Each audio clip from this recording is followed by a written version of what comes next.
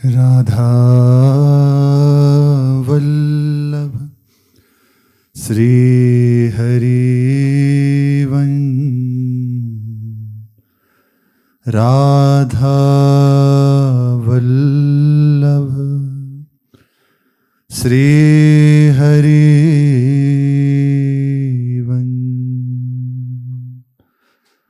सत्प्रेम सिंधु मकरंद रसोगधारा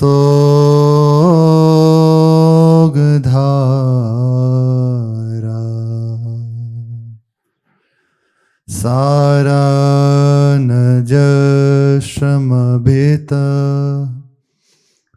श्रवदाश्रितेषु।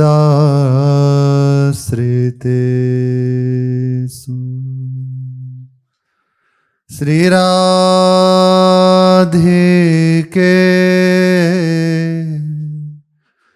तब कदा चरणारविंदो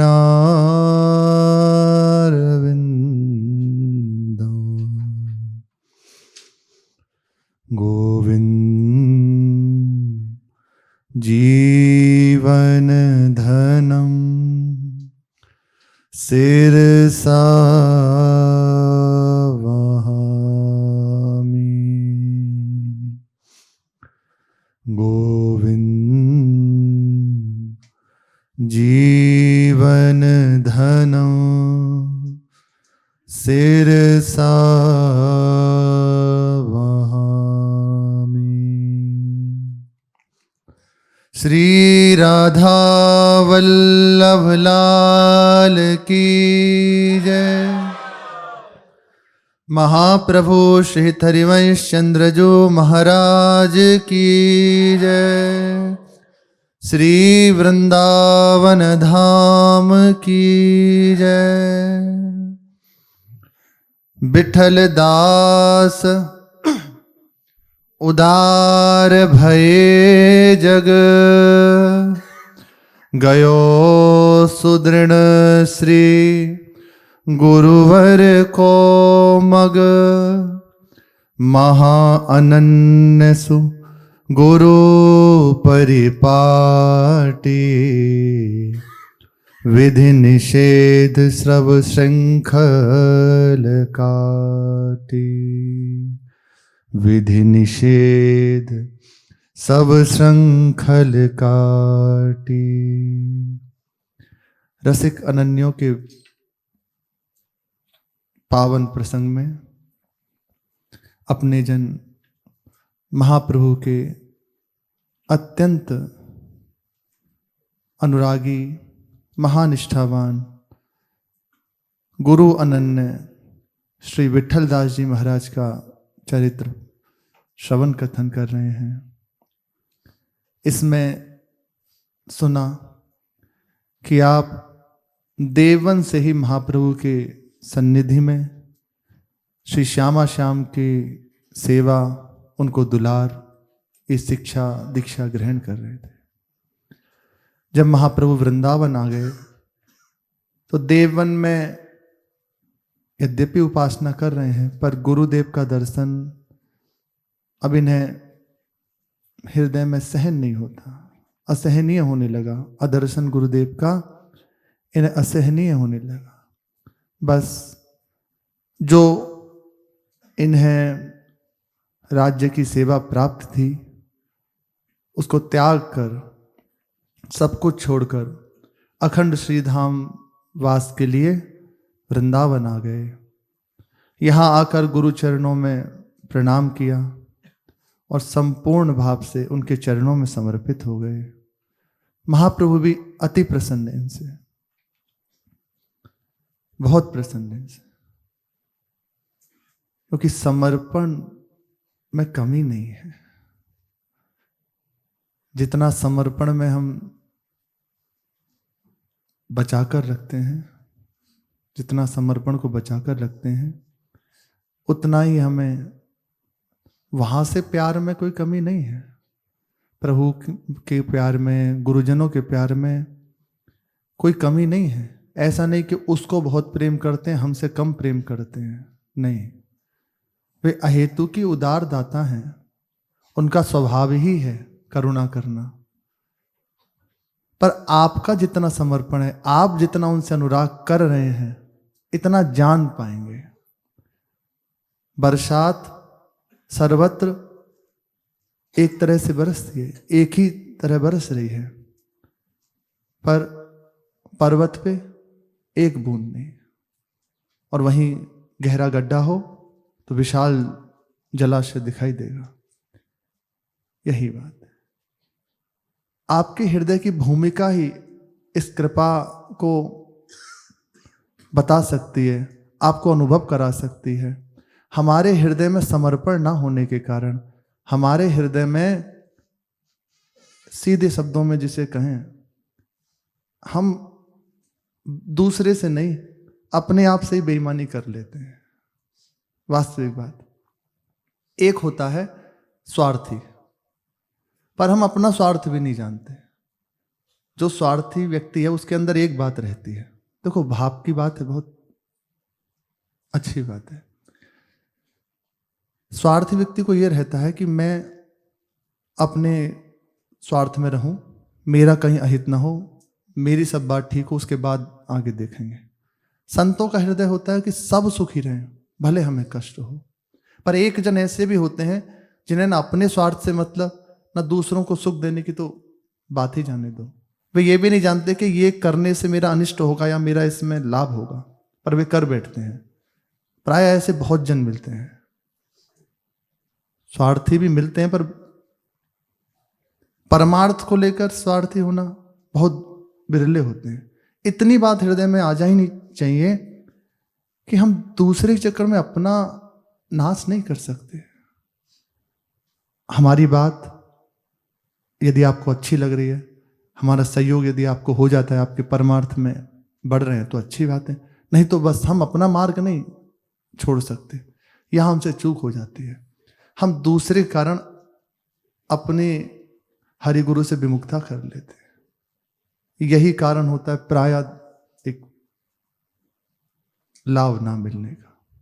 इसके बहुत स्वरूप हैं, छोड़ के चले गए, उनके प्रतिक्रिया हो गई, अनेकों इसमें बात होती है। तो स्वार्थी भी कम से कम पहला स्वरूप समझ लें कि हम इतना स्वार्थ अंदर आ जाए, भजन नहीं छूटे, गुरु चरणों का आश्रय न छूटे, बस। और बस इसी से आप बढ़ते चले। फिर आगे की बात है, ये बात भी हट जाती है कि अपना क्या मंगल, किसका मंगल, प्रभु हैं ही, सर्वत्र प्रभु विराजमान है, उनकी सेवा करनी है, बस। यहीं आ प्रकट में, प्रारंभ में जो विग्रह रूप में ठाकुर जी विराजमान है, उनकी सेवा। फिर यही भाव विकसित हो जाता है, चराचर में मेरा ही स्वामी विराजमान है, मेरे ही प्रभु विराजमान है। तो हम जिससे मिल रहे हैं उनको सुख पहुंचाना, जो हमारे गुरुजनों की आज्ञा है उसके अनुसार, शरीर से, वाणी से, मन के द्वारा जो हमारे पास है उनको सुख पहुंचाएं, जैसा हमारे गुरुजन आदेश करते हैं। सर्वत्र भगवत भाव करते हुए ऐसा महापुरुषों ने किया है।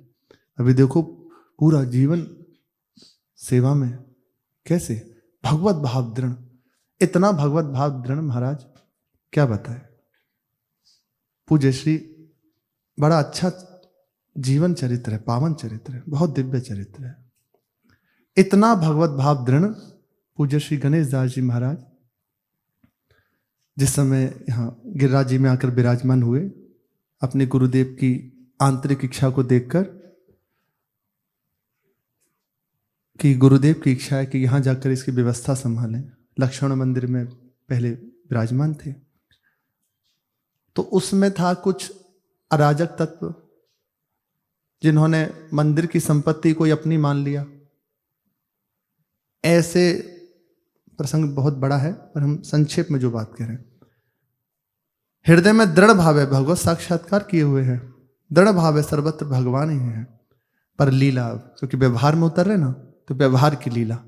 40 केस हुए अदालत में, 40 केस, 40 मुकदमे दायर किए गए, सबकी तारीख होती, सब जगह जाते, और इतना अजात शत्रुता का भाव हृदय में कि जैसे कोर्ट में तारीख है तो कोर्ट का तो काम कोर्ट जैसा है, वहाँ कितना समय लगेगा, कब तक है, और फिर प्राय जो संपत्ति को लेकर होता है ना, उसमें और विशेष होता है, भूमि आदि की, उसमें बहुत लंबा समय, बाद में फिर वो आपस में संबंध हो जाते हैं। फिर तो ये जाते और जाकर प्रातकाली उठकर ठाकुर जी की सेवा और बहुत सारे पराठे बना लेते, बहुत सारे।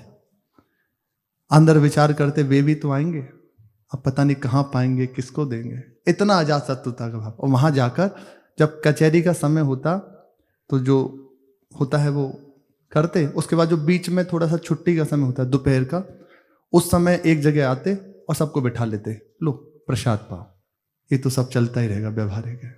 इतना अजातशत्रुता का भाव अंदर से, इतना भी कहीं ये नहीं कि ये हमारे प्रतिकूल है, हमारे प्रति इसका द्वेष भाव है, कहीं नहीं।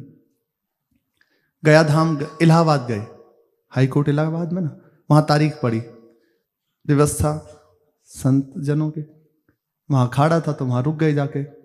अब जिनकी औरों की तारीख थी, अब वे इस बात में कि कहाँ रुकेंगे, अब पैसा भी चाहिए ना, वैसे भी उस समय का जमाना, पैसा चाहिए। तो वहां जाकर उन्होंने सोचा पता नहीं कहाँ ये रुकेंगे, कहाँ खाएंगे, तो सबको बुला लिया, आ जाओ हमारे साथ ही आश्रम में रुक जाओ, प्रसाद पाओ। साथ ही साथ, कहीं इतना भी नहीं कि ये हमारे विपक्षी हैं, इन्होंने हमारी संपत्ति को हड़प लिया, नहीं, हमारे प्रभु में खेल कर रहे हैं, पर हम अपने भगवत भाव में रहे। इतना अजातशत्रुता का भाव। अब पराठे बनाते हैं सुबह सुबह और पवारे हाथों से, बाद में उन सब की भी विश्वास और श्रद्धा श्री महाराज जी के प्रति कि ये गलत नहीं करेंगे, निश्चित है ये महान कृपालु हैं। फिर वे सब राजी हो गए, सारे मुकदमे जीत गए, तब भी उससे देखा कि ये बेचारा कहाँ जाएगा, उसके प्रति ऐसा। तो कम से कम इस कोटि की भावना वो भगवान की कृपा से ही, तो पहले इतना आ जाए कि हम अपना जो परमार्थ है उसे नहीं नष्ट कर सकते। बस उसका सीधा सहज स्वरूप है जो आपको प्राप्त है, उसमें बस ईमानदार हो जाना है। हम ईमानदार अपने से नहीं हो पाते, प्राय यही हमारी हानि का विषय है, प्राय इसीलिए हानि होती है, हम अपने लिए ईमानदार नहीं हो पाते, उसमें हम अपने से बेईमानी करते हैं। ये बेईमानी यदि छूट जाए तो बहुत जल्दी कृपा की अनुभूति होने लगती है। पूर्ण समर्पण जब गुरुजन देख लेते हैं तो फिर वैसे ही बरस रहे हैं, फिर और कृपा की धारा खोल देते हैं, अब कुछ बचा कर नहीं रखते उसे। महाप्रभु अत्यंत प्रसन्न होते श्री विठलदास जी का समर्पण, उनकी गुरु सेवा, इष्ट अनन्यता, इसे देखकर बहुत प्रसन्न होते हैं। नित्य का नियम श्री गुरुदेव का दर्शन करना, उनका उच्छिष्ट पाना, श्री ठाकुर जी की आठों पैर सेवा में लगे रहना, उनके चिंतन में मग्न रहना, हर समय मुख से राधा वल्लभ श्री हरिवंश, राधा वल्लभ श्री हरिवंश ऐसा उच्चारण, और हृदय में श्री राधा वल्लभ लाल जी का ध्यान, ये हर समय बना रहता। अब भगवान की इच्छा इनके द्वारा भक्ति का प्रचार कराना है, तो बादशाह के द्वारा इनके पास पत्र आया कि आपको जूनागढ़ के जो राजा है उनका प्रधानमंत्री बना दिया गया है, आप तत्काल यहाँ से वहाँ जाइए और वहाँ की सेवा संभालिए। अब हृदय में इस बात का क्लेश कि वृंदावन छूटेगा, गुरुदेव का ऐसा सानिध्य छूटेगा, ये जो एक आनंद हो रहा है ये छूटेगा, ये हृदय में उनके एक आंतरिक क्लेश। देखो सब कुछ मिल रहा है लेकिन ये है, कुछ समय पहले महाराज जी कह रहे थे सत्संग में, यद्यपि कुछ पाना नहीं है, कुछ कहना नहीं है, कुछ करना नहीं है, ऐसा नहीं है कि अभी उनसे खाली हूं, पर एक भाव निरंतर प्रियाजू का सानिध्य प्राप्त होगा, हर समय उन्हीं के पास ही रहना है, एक क्षण के लिए प्रकट में भी वो नहीं, हर समय साथ में रहना, उनका उच्छिष्ट पाना, उनकी सेवा करना, उनको दुलार करना, ये प्राप्त। पर अभी इसमें अंतरा है, अभी आपसे वार्ता करनी पड़ती, अभी कुछ कहीं ना कहीं एक वृत्ति, वो अंदर की बात एकदम कहे थे इसमें। तो ऐसे ही भले प्रकट में हम कितना भी आंतरिक भाव से, पर एक प्रकट का सानिध्य है, उसकी महिमा है, हम दर्शन कर रहे हैं, उनकी सेवा कर रहे हैं, वो देख रहे हैं, ये बहुत बड़ी बात है। फिर तो महामहिमा है ये कि जहाँ रहे उनकी उपासना में रहे, ये भी महामहिमा है। महाप्रभु से प्रार्थना करें, प्रभु ऐसे ऐसे हमें आज्ञा आई है, क्या करना चाहिए। महाप्रभु ने कहा ये आपकी कोई इच्छा नहीं है, भगवान का विधान बना तब आपके सामने ये आए हैं, इसे स्वीकार कर लो। आपके द्वारा प्रभु भक्ति का प्रचार कराना चाहते हैं, सहर्ष जाओ और उत्साहपूर्वक इस सेवा में लगो। फिर कहा कि प्रभु मेरा नित्य का नियम है कि आपका दर्शन करना, आपका उच्छिष्ट पाना, ये कैसे पूर्ण होगा। कहा इसका भी कोई ना कोई प्रभु व्यवस्था कर ही देंगे, अगर देख ढूंढोगे तो कहीं ना कहीं इससे मिल जाएगा। आ गया विचार, सुंदर छवि महाप्रभु की एक चित्रित कराई और नियम बनाया तीव्र घुड़सवारों के द्वारा, जो बहुत तीव्रता से घोड़ों को चलाते हैं, उनके द्वारा नित्य श्री महाप्रभु जी का उच्छिष्ट जाता श्री विठल दास जी के लिए। अब वहां भी रहकर बस जो राज्य सेवा होती उसे करते, प्राय ही कम ही जाते। राजा ही इनके भगवत भाव को देखकर इनसे प्रभावित था, वो इनसे मिलता और बहुत इनका सम्मान करता।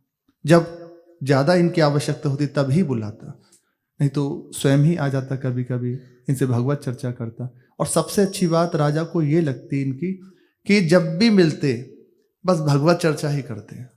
तो उसे वे भी भक्त श्री द्वारकाधीश जी का, भगवान द्वारकाधीश के भी भक्त थे राजा, उन्हें और अच्छा लगता इनका सानिध्य है। तो जैसे वो अपने समय से सेवा से निवृत्त होता तत्काल इनके समीप आ जाता, बैठता। ये कुछ सिद्धांतिक बातें, प्रभु की लीलाओं की बातें करते। फिर ऐसे समय व्यतीत हो रहा था, यहां से पत्र व्यवहार होता। कभी कभी श्री विठल दास जी पत्र भेजते महाप्रभु जी के लिए, और कभी कभी महाप्रभु भी उनके पत्रों को पढ़ने के बाद अपने हृदय की बात रखते हैं। 2 पत्र मिलते हैं, जिसमें प्रथम पत्र है श्री सकल गुण संपन्न रस रीति बरावन चिरंजीव मेरे प्राणनी के प्राण विठल दास जोग्य लिखितम। अर्थ बाद में करेंगे, पहले पत्र पढ़ लेते हैं। श्री वृंदावन रजोप सेवी श्री हरिवंश जोरी सुमिरन बंचनी, जोरी सुमिरन मत रहो। जोरी जो है सुख बरसत है, सो सुख अमृत स्वरूप है। तुम कुशल स्वरूप हो, तिहारे हस्ताक्षर बारंबार आवत हैं। पत्री बाचत आनंद उमड़ी चले है।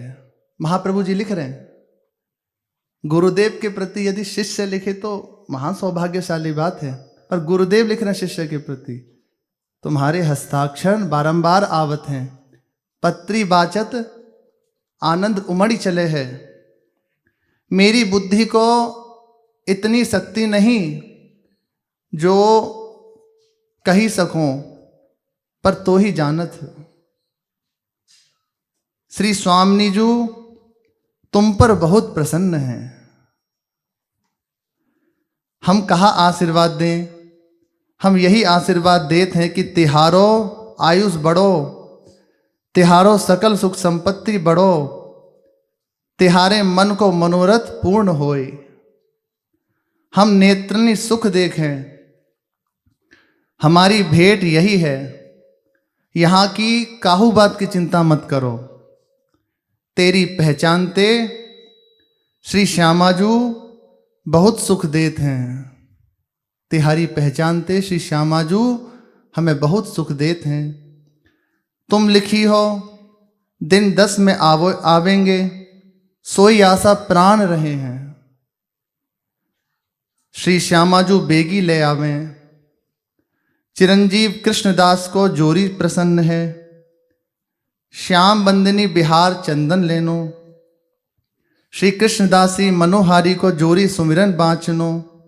गोविंद दास संत दास की दंडोत। गांगू मेदा को कृष्ण सुमिरन बाँचनो। कृष्णदास मोहनदास को कृष्ण सुमिरन।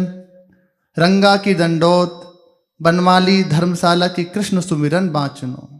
महाप्रभु जी के द्वारा ये प्रथम पत्र श्री विठल दास जी के लिए।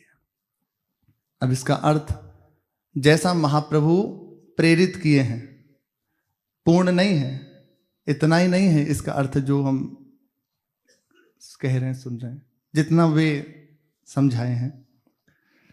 महाप्रभु लिख रहे हैं, विठल दास तुम त्रिगुण स्थूल सूक्ष्म कारण त्रिगुण देह से पृथक सहचरी भाव को प्राप्त हो चुके हो। महाप्रभु लिख रहे हैं, इसलिए तुम प्रिया प्रीतम को रिझाने वाले सकल गुणों से संपन्न हो। सकल गुण संपन्न महाप्रभु कह रहे ना, इस सहचरी भाव को प्राप्त हो चुके हो। और सहचरी सकल गुण प्रवीण है। श्यामा श्याम जिन गुणों से रिझते हैं वे सब तुम्हें प्राप्त हैं।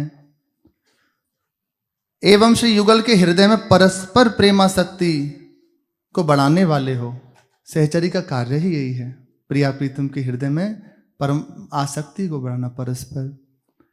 चिदानंद में भाव देह में स्थित हो जाने के कारण तुम चिरंजीव हो चुके हो। मेरी प्राणनाथ श्री श्यामाजू हैं और तुम श्री श्यामाजू के भी प्राण बन गए हो। सखियां जैसे कहती हैं मेरे प्राणनाथ श्री श्यामा, तो प्रियाजू भी कह रही हैं ये सखियां हमारी प्राणों से प्यारी हैं। भोरी सखी जी एक उसमें लिखती हैं बधाई में महाप्रभु जी के लिए, मेरे कोटिक प्राण और प्राण की प्राण ये सजनी जू के लिए लिखते हैं। वहीं महाप्रभु कह रहे हैं मेरी प्राणनाथ श्री श्यामाजू हैं और श्यामाजू के भी प्राण बन गए हो तुम हमारे संबंध से।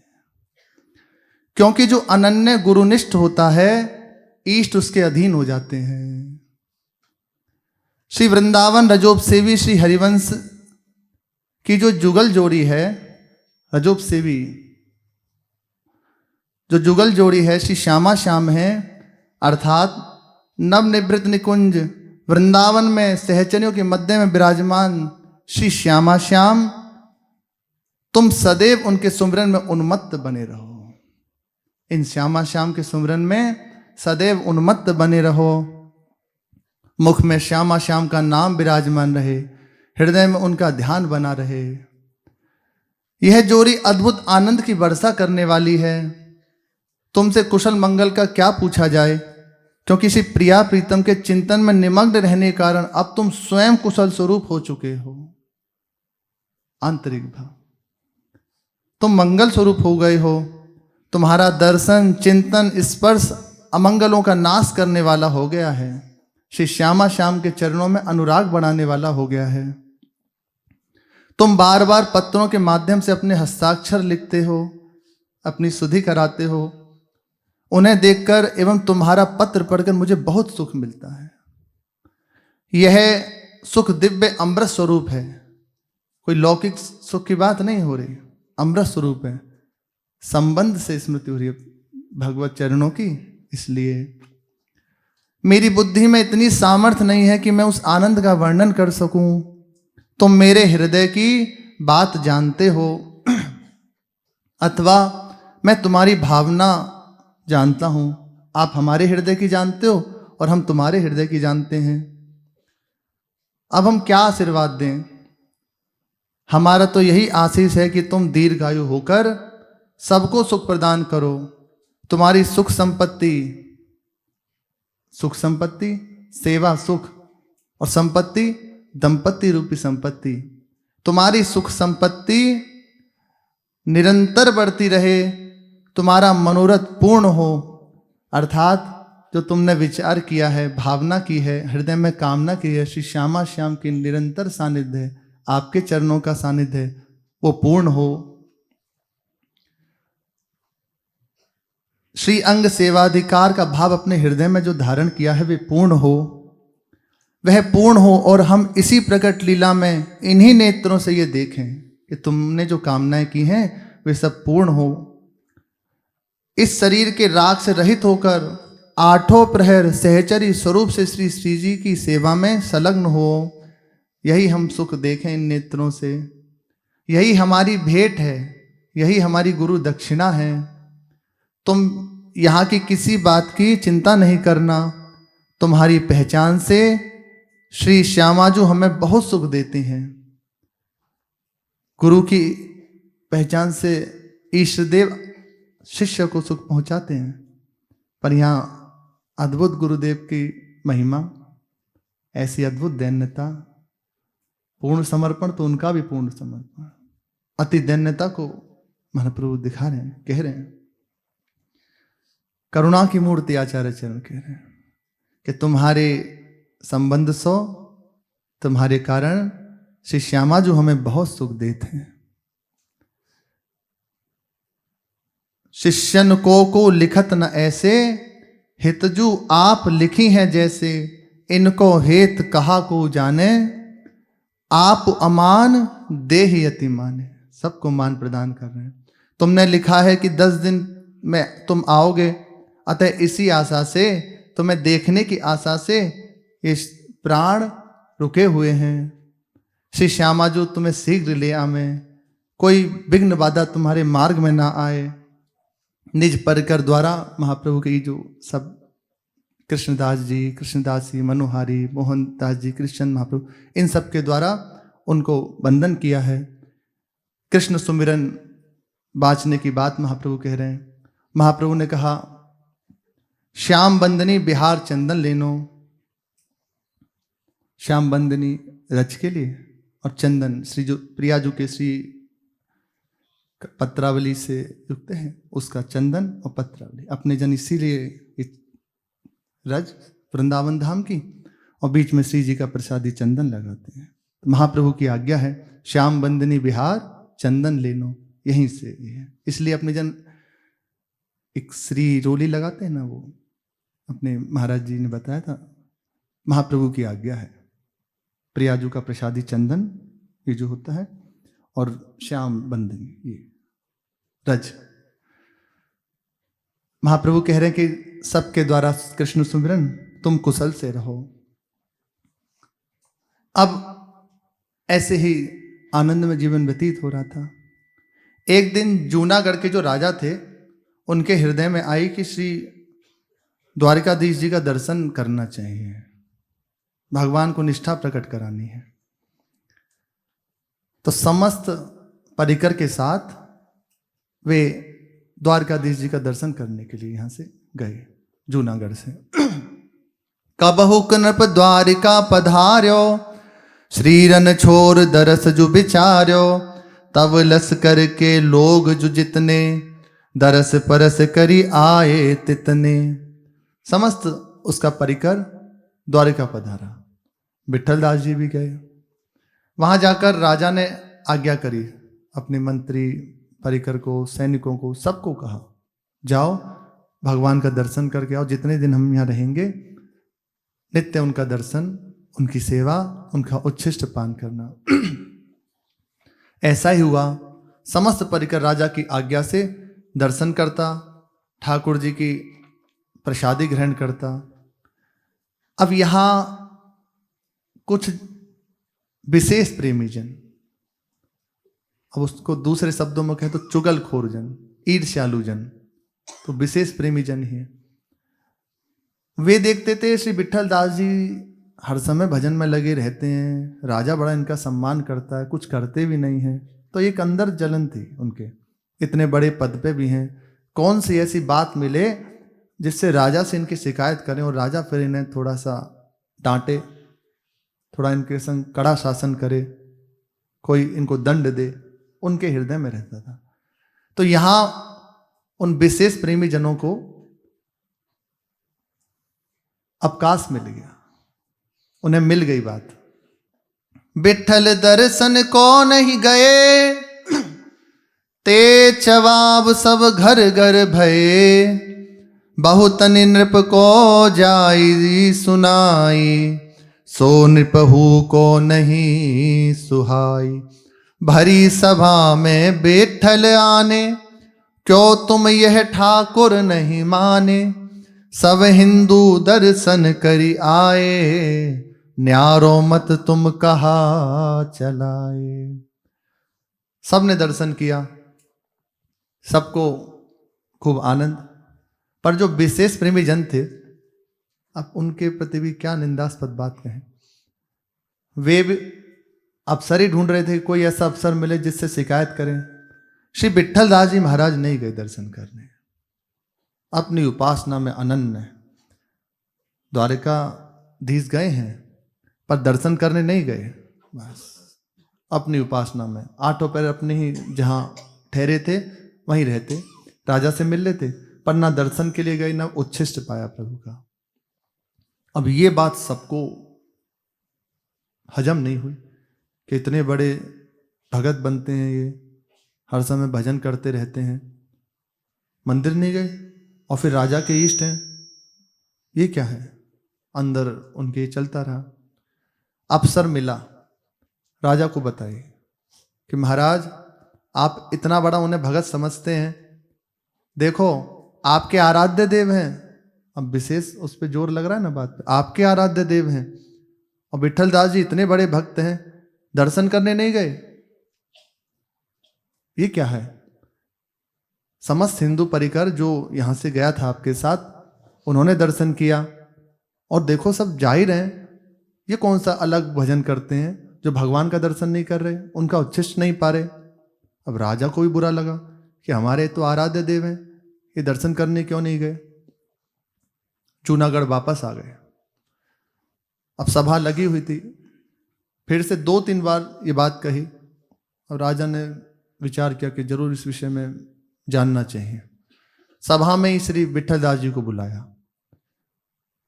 विट्ठल दास जी आए, समझ गए कि भगवान कोई लीला करना चाहते हैं। महाप्रभु ने भेजा ही इसीलिए था, जाओ ये वृंदावन की अनन्य निष्ठा का दर्शन करो, भेजा ही इसीलिए था।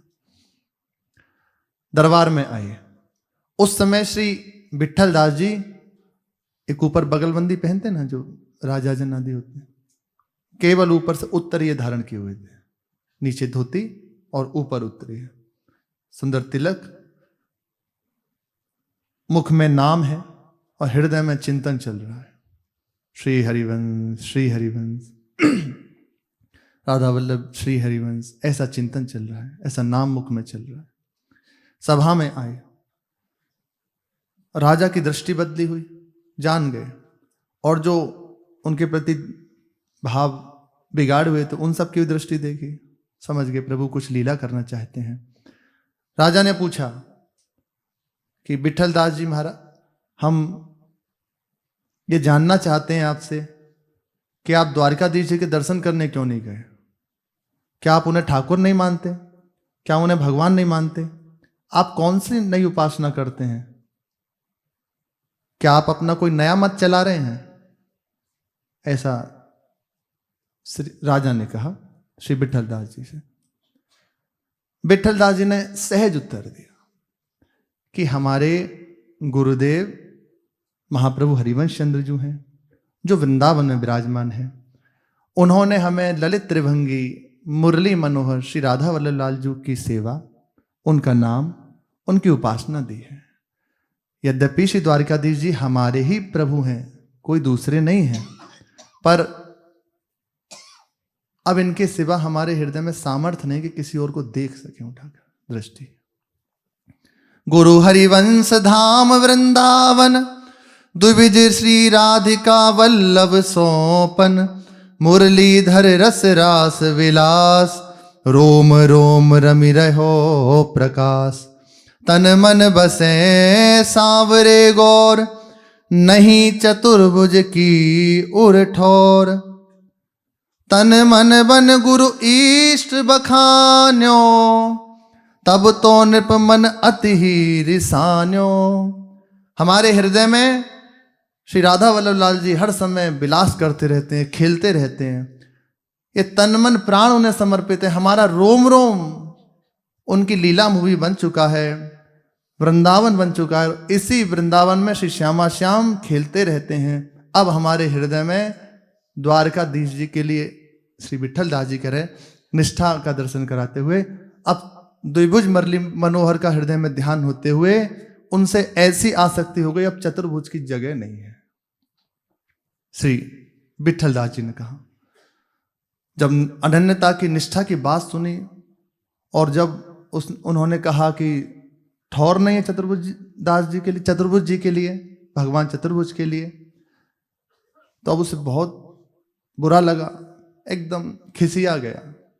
उसने कहा, ये सब आपकी तो मनगढ़ंत बात है, ये क्या कहानी सुना रहे हो, ऐसा कहीं होता है क्या? फिर से कहा, महाराज हम कह रहे हैं हमारी उपासना अलग है, हम वृंदावन रजोप से भी उपासक हैं, हमारे इष्ट श्री राधा वल्लभ लाल हैं, हमारे गुरुदेव श्री महाप्रभु हरिवंश चंद्र जो उनकी कृपा से हमें ये सब प्राप्त हुआ है, श्री द्वारिकाधीश जी हमारे ही ठाकुर हैं, पर अब हमारे हृदय में ठौर नहीं है। और बुरा लगा, आज्ञा कर दी, कहाँ है तुम्हारे हृदय में, कहाँ है तुम्हारे रोम रोम में वृंदावन, दिखाओ। और सेवक को इशारा किया, इनका वस्त्र उतारो। तो सेवक ने ऐसे खींचा वस्त्र, जो ही वस्त्र खींचा बस ऐसे हो गए, नेत्र बंद हो गए, श्री हरिवंश श्री हरिवंश, बस इतना मुख से उच्चारण करने लगे।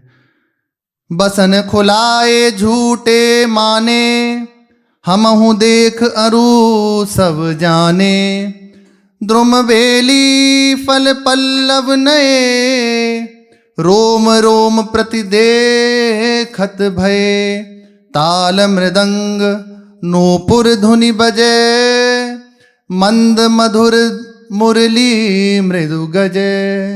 सबने देखा, जितनी सभा थी, जो भी उस सभा में विराजमान था, सबने देखा कि श्री विठल दास जी का रोम रोम लता भवन हो गया, और उस लता भवन में युगल सरकार विहरण कर रहे हैं, खेल रहे हैं, अद्भुत ताल मृदंग आदि की ध्वनि आ रही है, मुरली की ध्वनि सुनाई दे रही है, नूपुरों की ध्वनि सुनाई दे रही है, दिव्य तत्काल वातावरण हो गया।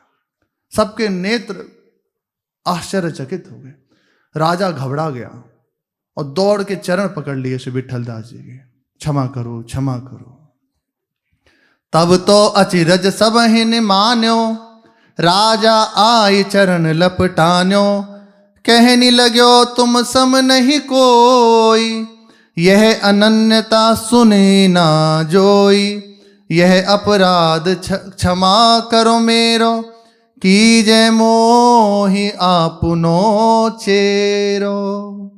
क्षमा कर दो, गलती हो गई हमसे। समस्त सभा हाथ जोड़े खड़ी है, बस अपराध हो गया।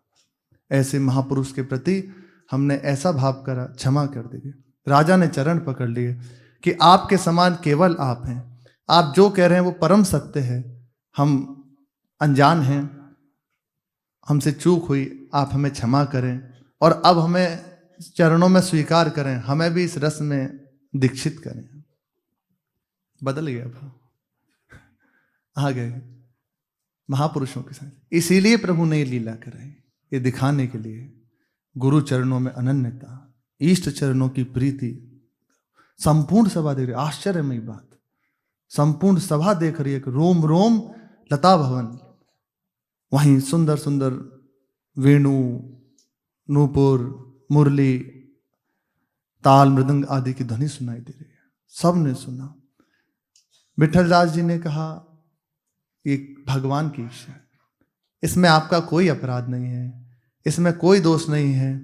इनहु नम्र जान दियो मान, कही मृदु बचन हर्यो अज्ञान, तब ते नृप नित करत सन्मान, अतिशय गुने हृदय गुरु ज्ञान, अपने घर नहीं बोली पठाए, आप ही चले दर्शन को आए। विठल दास जी ने कहा, इसमें आपकी कोई गलती नहीं है, आप परेशान मत होइए, कोई अपराध नहीं है, ये हमारे ठाकुर जी की कोई इच्छा थी। नृप ने, राजा ने आज्ञा कर दी, प्रभु आप ऐसे ही हम सबके मध्य में विराजमान रहिए, कोई सेवा का भार नहीं, अब नित्य हमें अपना सत्संग प्रदान करें। तब से दरबार में आना बंद, और रोज राजा श्री विठल दास जी के समीप जाता, उनसे सत्संग करता, वृंदावन की उपासना को समझता और निरंतर उनके सानिध्य में रहने लगा। एक पत्र और है, उसकी शेष चर्चा आगे। श्री राधा वल्लभ लाल की जय।